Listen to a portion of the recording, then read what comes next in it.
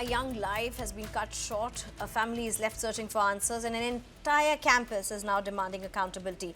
At IIT Delhi, the death of 31-year-old MSc Physics student Rishikesh Kumar has sparked protests, anger, and difficult questions about student welfare. Rishikesh Kumar, a second-year student, allegedly died by suicide on August 22nd after falling from the 6th floor of the lecture hall complex. He was declared brought dead at the institute hospital. Police have registered an FIR for abetment of suicide amid a whole lot of protests against unidentified persons. His phone has been seized for forensic examination, while police is looking at getting the medical records, allegations around academics and accommodation. But the case has now grown far beyond a single death. Hundreds of IIT Delhi students have been protesting since August 24, boycotting classes and staging sit-ins. They are demanding accountability from senior student welfare officials, an independent inquiry with elected student representatives, and a complete overhaul of mental health and hostel policy. Students have also alleged that Rishikesh faced difficulties getting campus accommodation after returning from medical treatment despite being declared medically fit. The IIT Delhi administration has announced a 5-member external inquiry committee and proposed an external ombudsperson. However, the committee's initial chairperson, IIT Delhi alumnus and former Uttarakhand DGP Ashok Kumar, has recused himself amid student pressure. And the numbers show this is not an isolated concern. According to RTI data, 65 students died by suicide across IITs between 2021 and 2025. The number rose from 9 cases in 2021 to 15 in 2025.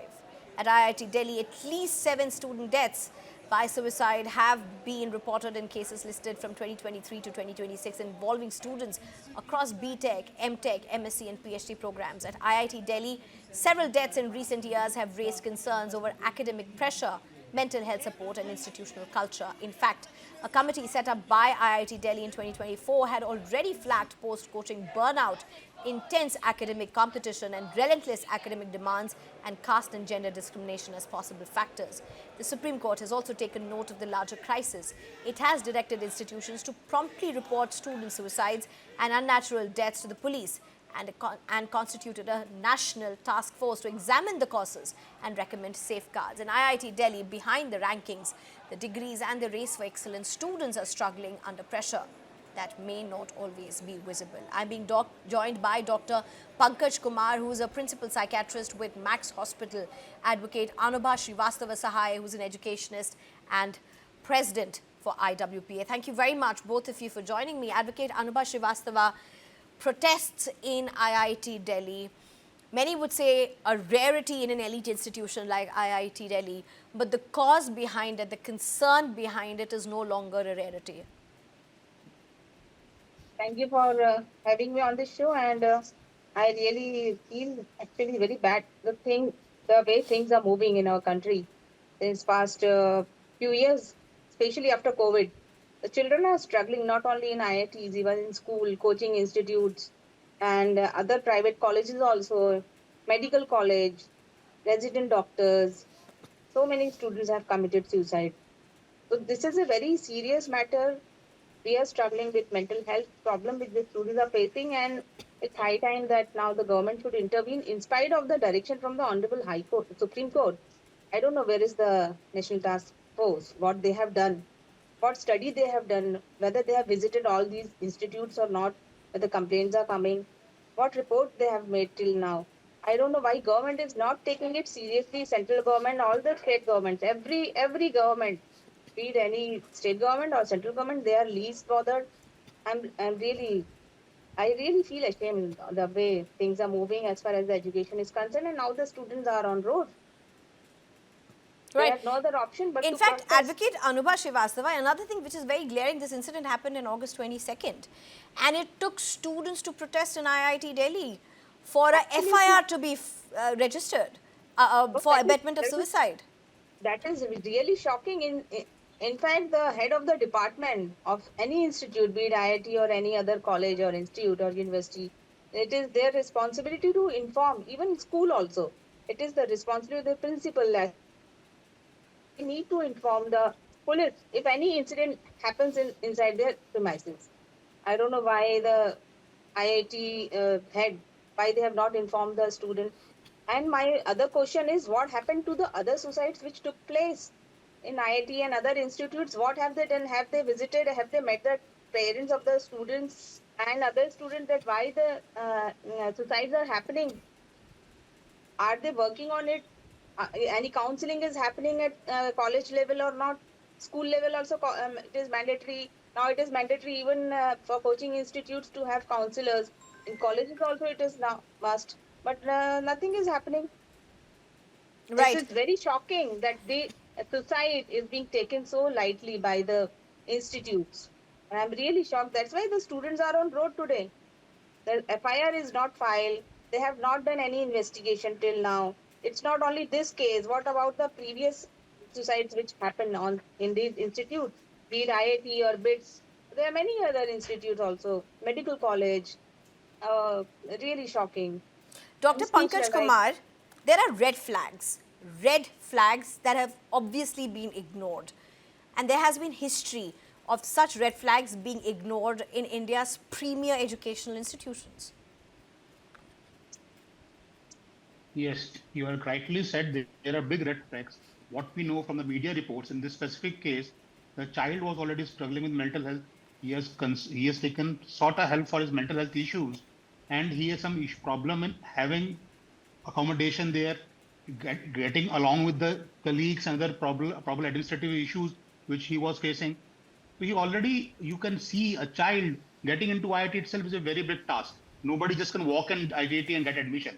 You already have to go through lot of grilling, lot of education, lot of stress of competitive exams of over years and years of preparation.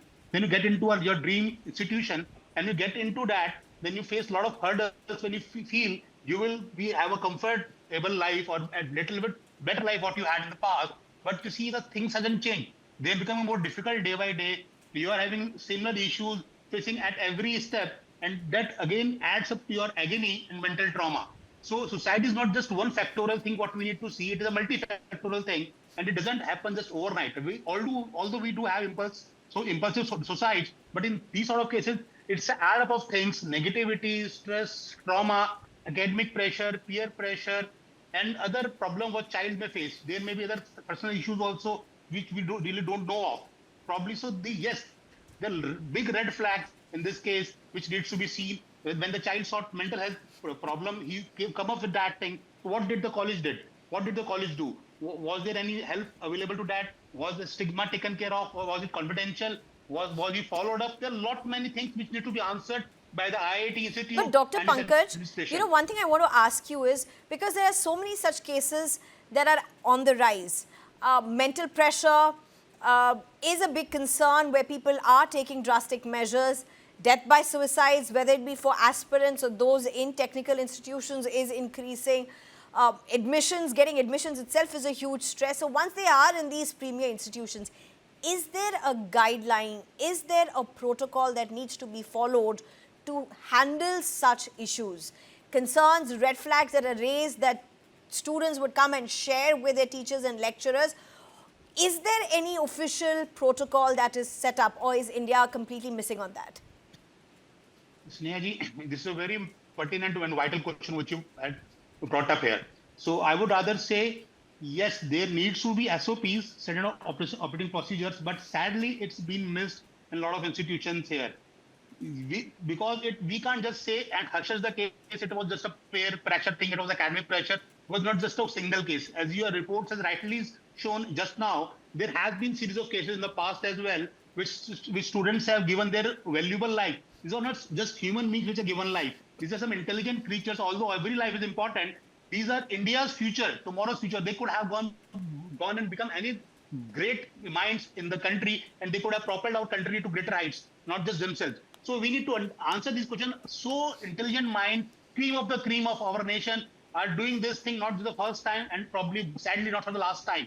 There has been series, so there has to be some academic, some institutional, some failure. What we are facing, probably we are looking down on that. We are missing the important areas which needs to be focused upon, because there is a series of cases there. So yes, Absolutely. the SOPs may be there on paper, but sadly on ground reality practical, we don't seem to have that. Otherwise, these cases would have been Right. repeated again and again, time and again. Right. Thank you very much, Dr. Pankaj Kumar. Thank you very much, Advocate Anubha Srivastava, for joining us. Protests are continuing. Questions are being raised. These are students who are on the ground. They are protesting. They're demanding justice. There is a series of demands that have been put out by these students, including accountability for ignoring the red flags that had emerged in Rishikesh's case. Thank you so much for joining us.